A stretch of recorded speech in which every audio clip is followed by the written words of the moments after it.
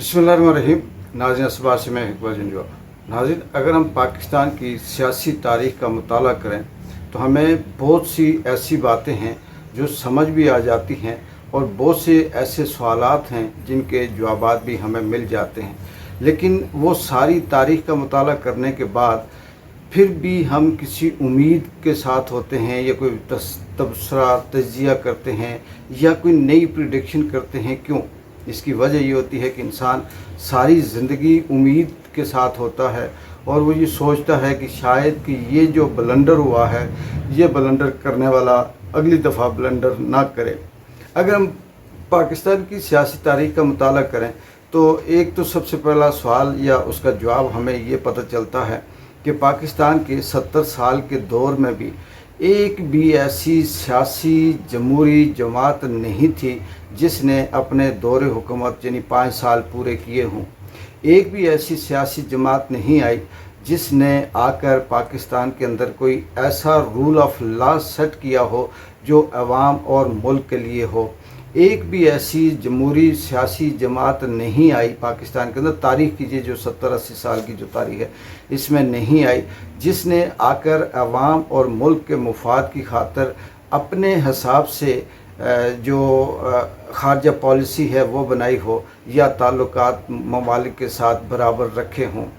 यहाँ किसको दुश्मन कहना है, किसको दोस्त बनाना है, किसके साथ ताल्लुकात कायम करने हैं या कौन सी डगर पे चलना है, कौन सा बयानिया देना है, ये पाकिस्तान की तारीख़ की जो सियासी जमातें हैं ये इनके बस में नहीं था, बल्कि इनको कहीं और से कंट्रोल किया जा रहा होता है, जिसकी वजह से ये सारा सिलसिला चला।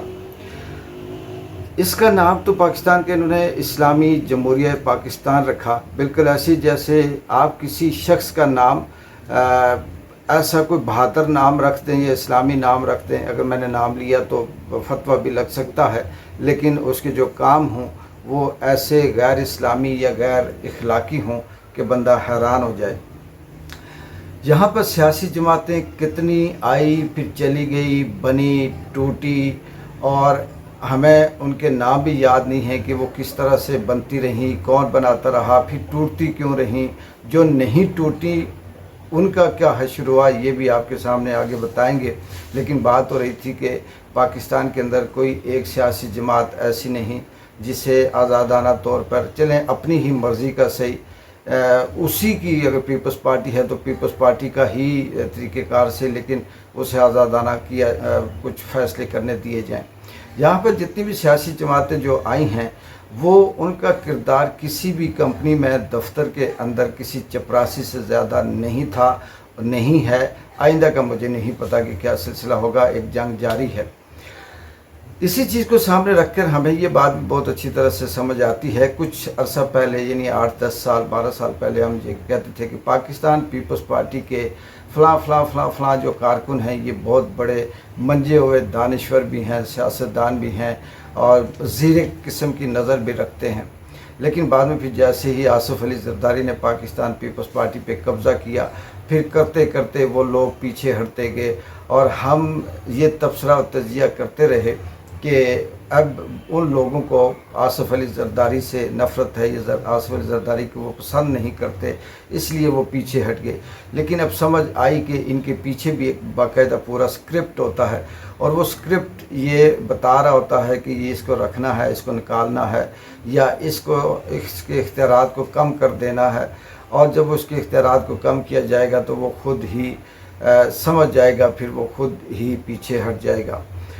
और इसी तरह से अगर कोई सियासी जमात ना टूटे, ना ख़त्म हो, जैसे अभी एक इस्तेकाम पाकिस्तान बनी और पैदा होते ही ख़त्म हो गई, फिर इसी तरह से KPK के सुकड़ू की क्या नाम है उसका, अभी नाम मेरे ज़हन से निकल गया, उसने पाकिस्तान तहरीक-ए-इंसाफ पार्लियामेंटेरियन बनाई, वो पैदा होते ही ख़त्म हो गई। तो इस तरह की बहुत सी जमातें माजी में भी बनी और बनने के बाद फिर उनका अशर नशर हो गया, पता नहीं किधर गई।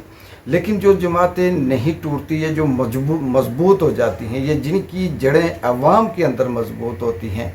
जड़ों का मतलब ये नहीं है नाज़रीन कि वो किसी सिस्टम के अंदर इतनी घुस जाती हैं या ऐसा नहीं, अवाम के अंदर मकबूल हो जाती हैं, अवाम انہیں سپورٹ کرنا شروع کر دیتی ہے، کیونکہ اصل جو طاقت ہے وہ عوام ہی ہے۔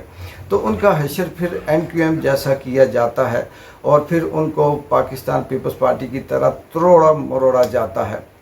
اور اسی طرح سے نون لیگ ہے، نون لیگ جب تک ابھی بھی قائم ہے، اس کے ساتھ پیپلز پارٹی والا یا MQM والا حشر ابھی نہیں ہوا۔ جو PTI کے ساتھ ہو رہا ہے وہ تو ابھی دیکھتے ہیں کہ کہاں جا کر رکے گا، اس کا انجام کیا ہوگا، آگے بات کریں گے۔ لیکن نون لیگ جب تک اس کے اندر شہباز شریف جیسے مسخرے موجود ہیں، پالشیے موجود ہیں، مٹھیاں بھرنے والے موجود ہیں، تب تک یہ سیاسی جماعت کسی نہ کسی طرح سے رہے گی۔ لیکن حقان عباسی ہو گئے یا مفتہ اسماعیل ہو گئے، اس طرح کے دیگر جو ہیں کچھ چھوڑ بھی گئے، لیکن یہ ابھی تک ہے۔ ابھی بھی نون لیگ کی وہ جو سانسیں اکھڑی ہوئی ہیں، بالکل آخری ہچکولے لگ رہے ہیں، جسے ہم وینٹیلیٹر کہتے ہیں۔ میاں صاحب وقفے سے کہیں ہلکی سی آواز نکالتے ہیں، سوچتے ہیں کہ شاید پارٹی کے اندر جان آ جائے، وینٹیلیٹر کا کام کریں، لیکن بدقسمتی ایسی ہے کہ میاں صاحب ایسی سانس لیتے ہیں کہ وہ پہلے سے بھی زیادہ جو اکھڑی ہوئی حالت ہوتی ہے اس سے بھی زیادہ اکھڑ جاتی ہے۔ ایک تو میاں صاحب کی جو کیسٹ ہے وہ پھنسی ہوئی ہے کہ مجھے کیوں نکالا، دوسری کیسٹ یہ ہے کہ بھئی میرے دور میں بجلی کی قیمت یہ تھی، پٹرول کی یہ تھی، ڈالر کی یہ تھی، ٹماٹر کی یہ تھی، پیاز کی یہ تھی، آٹا اس طرح سے ملتا تھا۔ میاں صاحب ایسے سیاستیں نہیں ہوتی۔ آپ اگر سیاستدان تھے تو آپ کو کیوں نکالا؟ جب آپ کو کیوں نکالا گیا تھا تو پھر عمران خان کی طرح جیل میں گئے، ڈٹ جاتے، پلیٹلیٹس آپ کے اپنے نہ کم کرتے، آپ خود اپنے آپ کو بیماری کا ہاسپٹل نہ بناتے، آپ خود پھر بیان نہ دلواتے کہ میں مر گیا تو اس کی ذمہ دار فلانا ہوگا۔ کسی نے نہیں نکالا، نکالنے والے تو نکالتے ہیں، لیکن آگے نکالنے والوں سے زیادہ آپ نے اپنے آپ کو خود سے جو سہولت دی ہے نکالنے کی، اس کی ذمہ دار آپ خود ہیں۔ عمران خان کو بھی نکالا ہے نا اگلوں نے، آپ کو تو کسی نے عزت سے نکالا ہوگا۔ عمران خان کو کس طرح سے بے عزت ذلیل کر کے نکالا، اور کس طرح سے رات کے 12 بجے عدالتیں کھولوائی گئیں، کس طرح سے عمران خان کے لیے مینیج کر کے جو عدم اعتماد ہے وہ پیش کی گئی، کس طرح سے سب کچھ کیا گیا، ڈٹا ہوا ہے۔ اور اس نے آج تک نہیں کہا کہ مجھے کیوں نکالا، بلکہ وہ بتا رہا ہے کہ کیوں نکالا، یہ دیکھیں اس لیے نکالا ہے کہ میں یہ کام عوام اور ملک کے لیے کر رہا تھا اور اس لیے مجھے نکالا ہے۔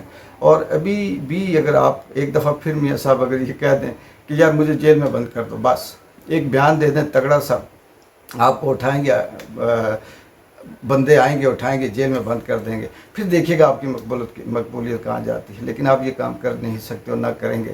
تو اصل بات کرنے کا مقصد یہ تھا کہ پاکستان تحریک انصاف کے ساتھ کوئی ایسی ذاتی دشمنی نہیں ہے، نہ وہ ملک دشمن ہے۔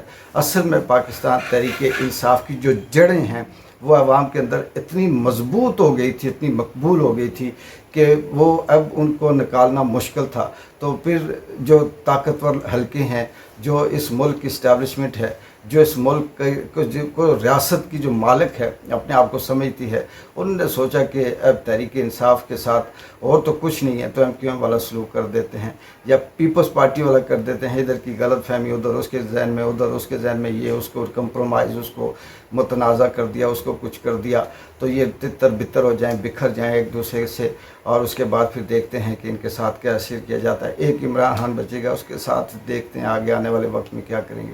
تو اصل پاکستان تحریک انصاف کے ساتھ جو دشمنی ہے، جو مخالفت ہے، وہ یہ ہے کہ اس کی جڑیں اس ملک کی عوام کے اندر کیوں مضبوط ہیں، اور پھر یہ عوام اور اس خطے کی بات کیوں کرتا ہے، پھر عمران خان اپنی مرضی سے خارجہ پالیسی کیوں بنانے کی خواہش رکھتا ہے۔ یہ اصل مسئلہ ہے، باقی سب ڈرامے ہیں، بہانے ہیں۔ بات وہی ہے کہ بسنے کو دل نہ کرے تو کبھی یہ کہو کہ کھانے کو داڑھی ہل رہی ہے، کبھی کہو مرچیں تیز ہیں، کبھی کہو نمک تیز ہے، کبھی کہو جی کہ اس کی شکل صحیح نہیں ہے۔ یہ بہانے ہوتے ہیں۔ اصل مسئلہ یہ ہوتا ہے کہ پیچھے سے کہیں اور سیٹنگ ہو رہی ہوتی ہے، یا پیچھے تکلیف کسی اور کو ہوتی ہے۔ ایک بار جن جو کو اجازت دیں، اللہ حافظ۔